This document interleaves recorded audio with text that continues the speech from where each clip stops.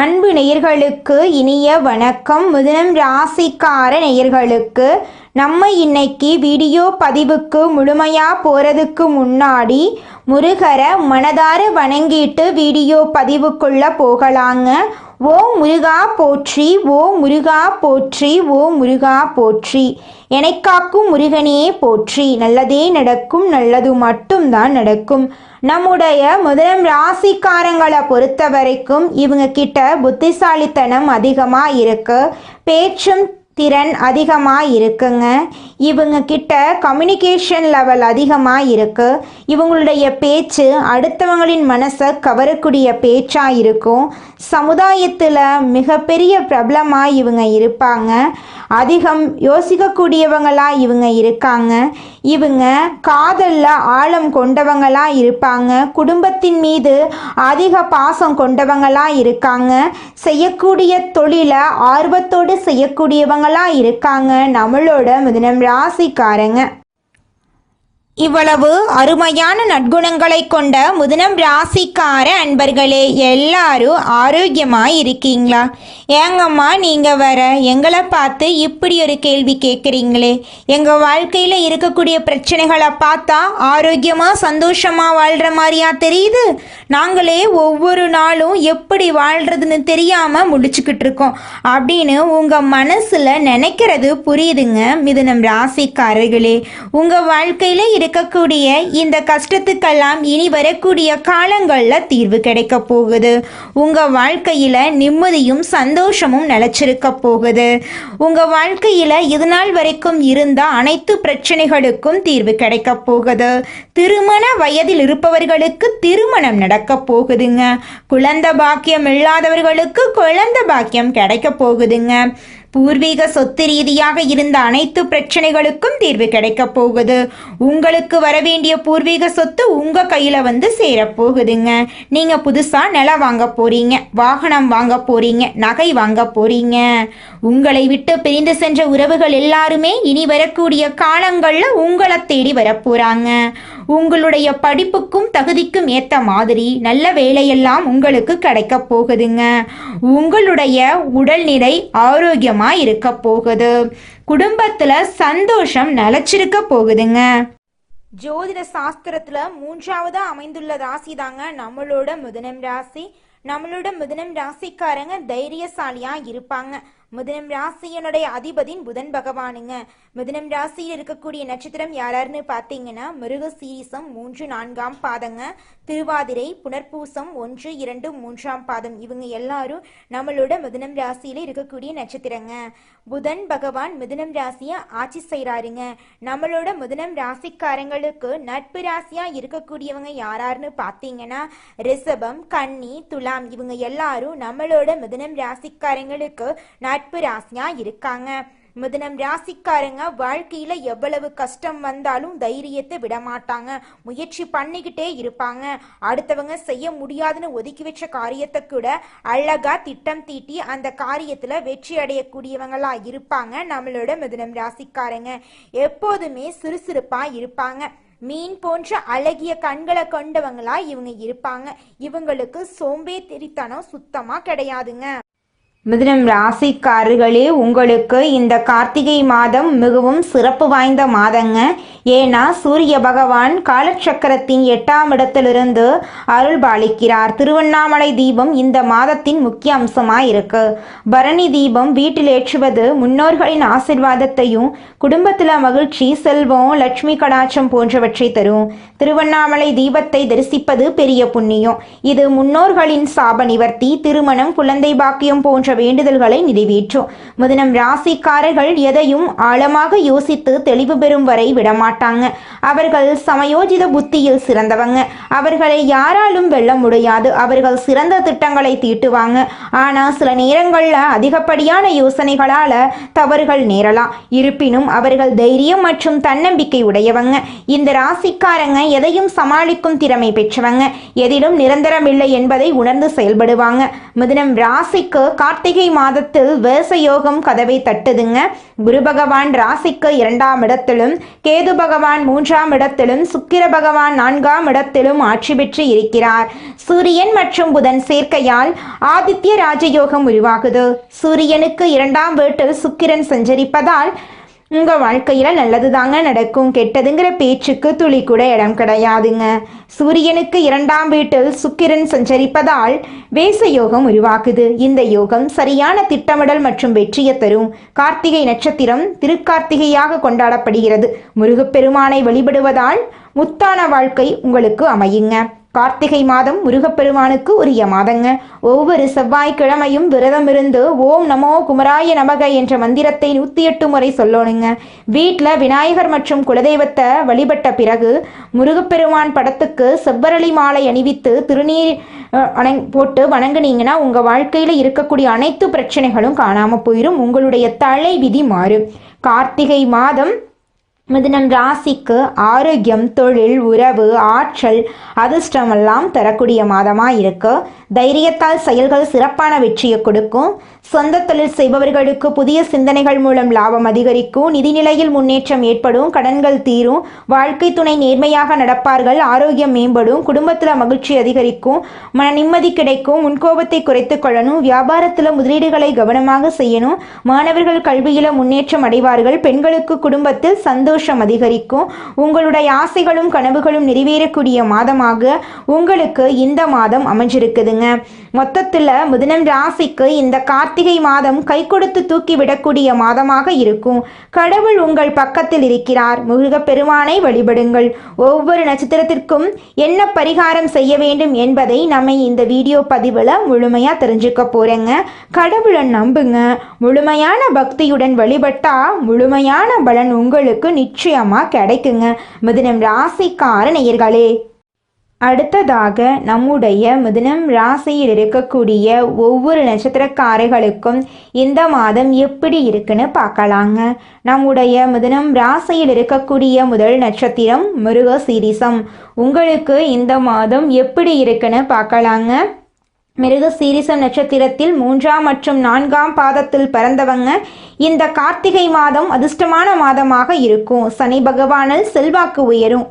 புதிய பொறுப்புகள் கிடைக்கும். தொழில் வியாபாரத்தில் வருமானம் அதிகரிக்கும். உடல் பாதிப்புகள் விலகும். வழக்குகள் சாதகமாகும். வேண்டுதல்கள் நிறைவேறும். செவ்வாய் பகவானால் குடும்பத்தில் நெருக்கடிகள் ஏற்படலாம். முருகப்பெருமானை வழிபட்டால் சரியாகும். ராசிநாதன் புதன் வக்ர நிவர்த்தி அடைவதால் சிந்தித்து செயல்பட வேண்டும். பணவரவு குறை இருக்காது. புதிய ஒப்பந்தங்கள் கிடைக்கும். வெளிநாட்டு தொடர்புகள் சாதகமாக இருக்கும். உங்களுடைய ஆசைகளும் கனவுகளும் நிறைவேறுங்க. அடுத்ததாக நம்முடைய மிதுனம் ராசியில் இருக்கக்கூடிய நட்சத்திரம் திருவாதிரை. உங்களுக்கு இந்த மாதம் எப்படி இருக்குன்னு பார்க்கலாங்க. திருவாதிரை நட்சத்திரத்தில் பிறந்தவர்களுக்கு இந்த கார்த்திகை மாதம் யோகமான மாதமாக இருக்கும். சூரிய பகவான் 6ஆம் இடத்தில் சஞ்சரிப்பதால் செல்வாக்கு உயரும். நினைத்த வேலை நடக்கும். எதிரிகள் விலகுவாங்க. வியாபார தடைகள் நீங்கும். அரசு வழியில் எதிர்பார்த்த அனுமதி கிடைக்கும். அரசியல்வாதிகளுக்கு செல்வாக்கு உயரும். சனி பகவான் நெருக்கடிகளை விலக்கி வருமானத்தை பெருக்குவார். குடும்பத்தில் எதிர்பார்ப்புகள் பூர்த்தியாகும். சொத்துக்கள் சேரும். மாணவர்கள் கல்வியில் ஆர்வம் காட்டுவாங்க. துர்க்கை அம்மனை தினமும் வழிபட கைவிட்ட காரியங்கள் கூட கைகூடும். அடுத்ததாக நம்முடைய மிதுனம் ராசியில் இருக்கக்கூடிய நட்சத்திரம் புனர்பூசம் நட்சத்திரத்தில் 1ஆம் பாதம், 2ஆம் பாதம், 3ஆம் பாதம். உங்களுக்கு இந்த கார்த்திகை மாதம் முன்னேற்றத்தை தரக்கூடிய மாதமாக இருக்கு. குரு பகவானின் வக்ரம் வீண் செலவுகளை குறைக்கும். சூரிய பகவான் முன்னேற்றமான பலன்களை கொடுப்பார்.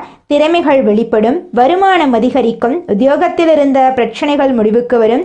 சனி பகவானின் பார்வை தைரியத்தை அதிகரிக்கும். வம்பு வழக்குகள் சாதகமாகும். புதிய ஒப்பந்தங்கள் கிடைக்கும். வங்கியில் கேட்ட பணம் கைக்கு வரும். புதிய வேலைகள் பொன்னாக மாறும். குடும்பத்தில் நெருக்கடிகள் விலகும்.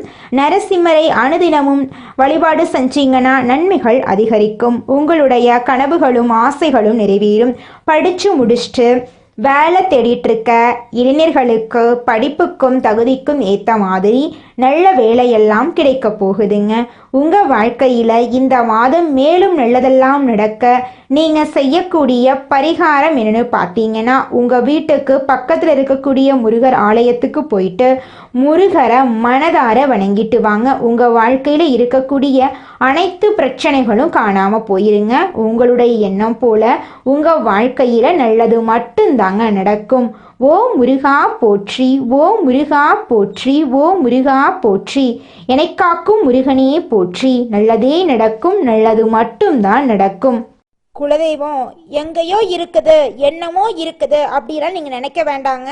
நீங்கள் எங்கிருந்தாலும் ஒரு தீபம் ஏற்றி வச்சு அந்த தீப ஒளியில தெய்வங்கள் இருக்கிறாங்க அப்படின்னு நினச்சி வழிபாடு செய்யுங்க. குலதெய்வமே தெரியாவிட்டாலும் வீட்டில் தீபம் ஏற்றி வச்சு ஏதாவது ஒரு நல்ல நாளில் குலதெய்வத்தை நினச்சி வழிபாடு செய்யுங்க. குலதெய்வ வழிபாடு குலம் காக்குங்க, குலம் தலைக்கும். முதல்ல குலதெய்வம், அப்புறம் இஷ்டப்பட்ட தெய்வம், அப்புறம் உங்களுக்கு விருப்பப்பட்ட தெய்வங்க. எந்த கோயிலுக்கு போனாலும் என்ன பண்ணாலும் ஏற்றமில்லை அப்படின்னு நீங்க சொல்லுவீங்க. தினமும் எந்திரிச்ச உடனே சூரிய பகவான நமஸ்காரம் பண்ணுங்க. அவங்களுடைய அனுகிரகம் இருந்தா போதும்.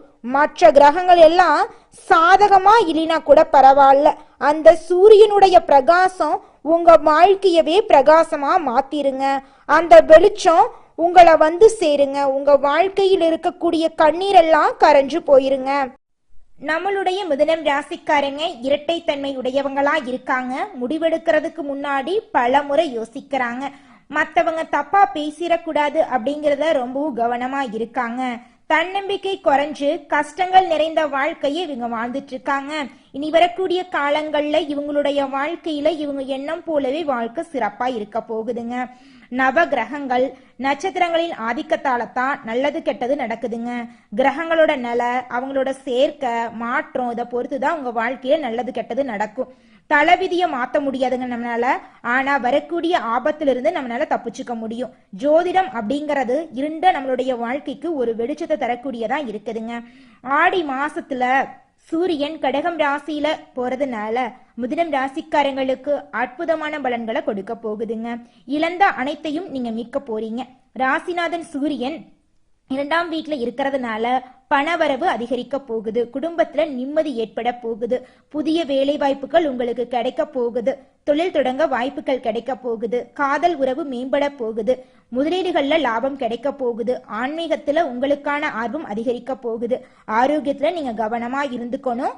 காது, மூக்கு, தொண்டை, வயிறு சம்பந்தப்பட்ட பிரச்சனை வரலாம், கொஞ்சம் பார்த்து கவனமா இருந்துக்கோங்க. புதிய முதலீடுகள் செய்யும் போது கொஞ்சம் கவனமா இருந்துக்கோங்க. சேமிப்பு அதிகரிக்கக்கூடிய மாதமா இந்த மாதம் இருக்குதுங்க. மதுரை மீனாட்சி அம்மனை நீங்க வழிபாடு செஞ்சீங்கன்னா உங்க வாழ்க்கையில இருக்கக்கூடிய சோதனைகளை வச்சே நீங்க சாதனையாளரா மாறிடலாங்க. மிதுனம் ராசிக்காரங்களே, உங்க வாழ்க்கையில மேலும் நல்லதெல்லாம் நடக்க நீங்க செய்யக்கூடிய பரிகாரம் என்ன பாத்தீங்கன்னா, சனிக்கிழமைகள்ல ஆஞ்சநேயருக்கு துளசி அர்ச்சனை செய்யுங்க. செவ்வாய்க்கிழமைகள்ல முருகனுக்கு பாலாபிஷேகம் செய்யுங்க. உங்க வாழ்க்கையில இருக்கக்கூடிய தீமைகள் எல்லாமே காணாம போயிரும். உங்களுடைய எண்ணம் போல உங்க வாழ்க்கையில நல்ல விஷயங்கள் நடக்கக்கூடிய மாதமா இந்த ஆடி மாதம் இருக்குதுங்க. உங்களுக்கு இந்த ஆடி மாதம் அதிர்ஷ்டம் நிறைந்த மாதமா இருக்க போகுதுங்க. மனிதனா பிறந்த ஒவ்வொருவருக்கும் ஆசை இருக்கதாங்க செய்யும். அந்த ஆசைகளை அடைய நம்ம நினைச்சா மட்டும் பத்தாதுங்க. முழு மனசோட நம்மளுடைய ஆசைகளை அடைவதற்கான வழிய ஒவ்வொரு நாளும் என்ன பண்ணணும்னு யோசிச்சு அதற்கான திட்டங்களை தீட்டி உழைச்சுக்கிட்டே இருக்கணுங்க. உழைச்சா நிச்சயமா நம்மளுடைய ஆசைகள் எல்லாமே நிறைவேறிடுங்க. உங்க வாழ்க்கையில இனி வரக்கூடிய காலங்கள்ல உங்களுடைய அனைத்து ஆசைகளும் நிறைவேற போகுதுங்க. அப்படி ஒவ்வொரு மனிதனுக்கும் இருக்கக்கூடிய பொதுவான ஆசை என்னன்னு பார்த்தீங்கன்னா 16 செல்வங்களையும் அடைந்து வாழணும் அப்படின்னு தான் ஒவ்வொரு மனிதனுடைய ஆசையும் இருக்குதுங்க. பணம் வேணும், பதவி வேணும், புகழ் வேணும், கௌரவம் வேணும் அப்படின்னு தான் ஒவ்வொரு மனிதனும் தினமும் வாழ்ந்துகிட்டு இருக்கான். அதை நோக்கிய பயணத்தை தான் ஒவ்வொரு நாளும் மனிதன் வாழ்ந்துகிட்டு இருக்கான். ஒவ்வொரு நாளையும் ரசிச்சு வாழ்றது கிடையாது. எந்த ஒரு மனிதனும் போராட்டத்துல தாங்க இந்த உலகத்துல ஒவ்வொரு மனிதனும் வாழ்க்கைய வாழ்ந்துட்டு இருக்காங்க. நீங்கள் இந்த நிமிஷம் வரைக்கும் உங்களுக்காக வாழ்க்கையை வாழறதே கிடையாதுங்க. உங்களை சுற்றி இருக்கிறவங்களுக்கு பயந்து தாங்க வாழ்க்கையை வாழ்ந்துக்கிட்டு இருக்கீங்க. நாம் இந்த செயலை செஞ்சால் நம்மளை சுற்றி இருக்கிறவங்க நம்மளை பற்றி தப்பாக நினச்சிருவாங்களோ, இந்த சொன்னால் நம்மளை பற்றி அவங்க தப்பாக நினச்சிருவாங்களோ அப்படின்னு அடுத்தவங்களை கண்டு பயந்து பயந்து வாழ்க்கையில் எந்த ஒரு செயலையும் செய்யாமல் ஒரே இடத்துல நீங்கள் முன்னேறாமல் நின்றுக்கிட்டு இருக்கீங்க.